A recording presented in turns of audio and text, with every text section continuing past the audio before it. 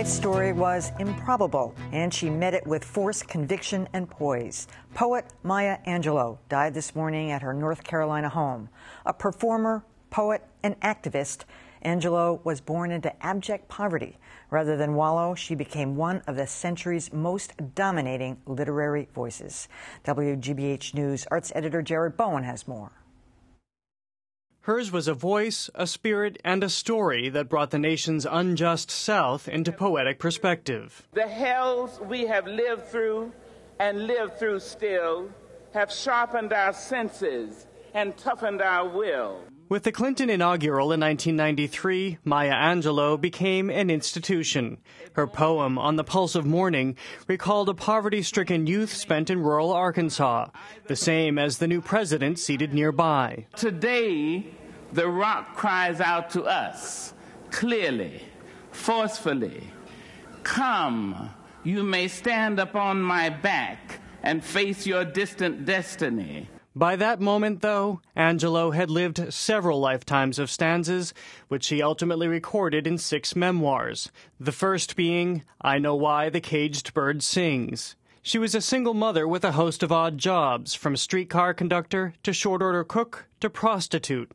Angelou later became a performer, writer, and activist, working alongside both Malcolm X and Martin Luther King Jr.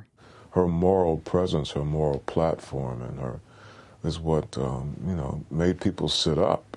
On the verge of dropping out of college in 1969, poet Afaa Michael Weaver, recent winner of the prestigious Kingsley Tufts Poetry Award, says Angelou's writing restored and reinforced his own. Even certain phrases, "just give me a cool drink of water before I die," those poems were drawn out of the fabric of the building of the culture, were drawn out of a cultural base. And they had a resonance for many people. Including in Boston, where Angelou made routine visits during her lifetime, like this 1984 Boston College speech, where the applause was remembered as thunderous. Weaver says Angelou's legacy is most comparable to that of Langston Hughes. She was not a person who would say, or I'm not proud of this part of myself. Every part of herself was a series of woven threads that became who she came to be. Right here for some more perspective is Lydia Diamond, whose new play Smart People opened last week at the Huntington Theater Company, and Jabari Asim, who teaches writing and literature at Emerson College. Welcome to both of you. Thank you. You both knew her, and I was struck by some of the comments that I read today. Just tell me what she meant to you and how she influenced your life.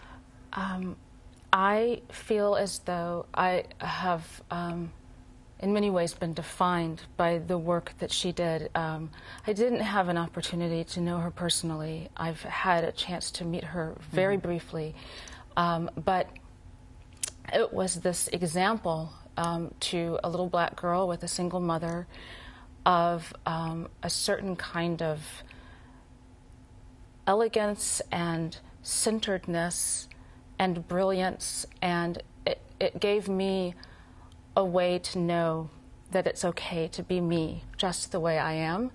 And as an artist, that she was able to make very relevant the doing of her art and the social justice, and it's quite an example to have set for you as a young artist. I wasn't aware of her range either. Well, how about you, Jabari? You actually had some contact with her as well. Yes, I had the opportunity to see her last in November at the National Book Awards, where she was presented with the Lifetime Achievement Award by Toni Morrison. And I remember feeling at the time, this is a historic occasion. This may, in fact, be the last opportunity to witness Maya Angelou firsthand. I remember live tweeting as she spoke, because she had the ability to sort of issue profundities with every sentence that fell from her mouth. In fact, you had one that you actually wrote in that. Easy reading makes damn hard writing. What a great line, Yes. Easy reading, yeah. Yeah. So, and I think the other one of the other things about her is that great writers are not necessarily great people. But she was one who was, and so the work that she did off the page, the contact she had engaging with other writers and readers, was one of the things that contributed to this monumental legacy we're looking at now. Yeah, it makes sense to me, learning today for the first time that she was actually a singer I mean, with that mesmerizing voice of hers. Could you really separate that from her work? I mean, that was part of it. In some ways, I hate to say it, in some ways it didn't matter what she was saying because she pulled you in through her speech pattern and that mesmerizing voice. She was such an artist through and through. She was not only a singer, but an actor and a dancer. And I think that there was something about the power of sort of spiritual channeling of words that, yes, had everything to do with the generosity of her voice, but also just that intellectual acumen that was so dedicated to righting wrongs and speaking to injustices in our country. She said as a very young girl, age 12, 13, she knew she wanted to be a writer. She just could write. But I mean, I didn't realize that she spiraled off. I mean, she was a short order cook. She was a prostitute for a while. I mean, she had a tough life. But I think that was part of the power of the writing, that it was so amazingly candid. She didn't hold anything back. It was truly warts and all. And then when you see where she started and where she ended up, you see this tremendous arc of continuance and success. And I think that was part of it as well. And her perseverance through such adversity, because there was a long period, there were years in which she didn't speak at all because of a tragedy in her childhood. And it's just amazing for someone to tell us. She said she only spoke to her brother during that period. She was raped by her father's boyfriend. It was a horrible story. That was what I Know Why the Caged Bird Sings. That's what that was about. But it's that confiding voice. You can almost imagine the voice that she used when confiding to her brother. The reader becomes her brother, and was sort of made privy to these secrets, really unveiling them in this miraculously eloquent language. And that she, I'm sorry, that she says that she was able to share her most intimate and challenging things, sort of empowers us to not be ashamed to sit in whatever our truths are. Yes. You really have to give credit to President Bill Clinton, too, for making her mainstream. Not that she wasn't well known, but she became that was a great choice. Mainstream after that. It was an amazing day to watch. All right. Lydia Diamond, Damari Asim. Thank you so much. Appreciate you being here. All right, well, we've collected a series of interviews and appearances by Maya Angelou on our website. We've also posted a commentary by Callie Crossley. Just visit WGBHnews.org. We leave you now with a clip of Maya Angelou from a 1978 episode of the WGBH program, Say Brother.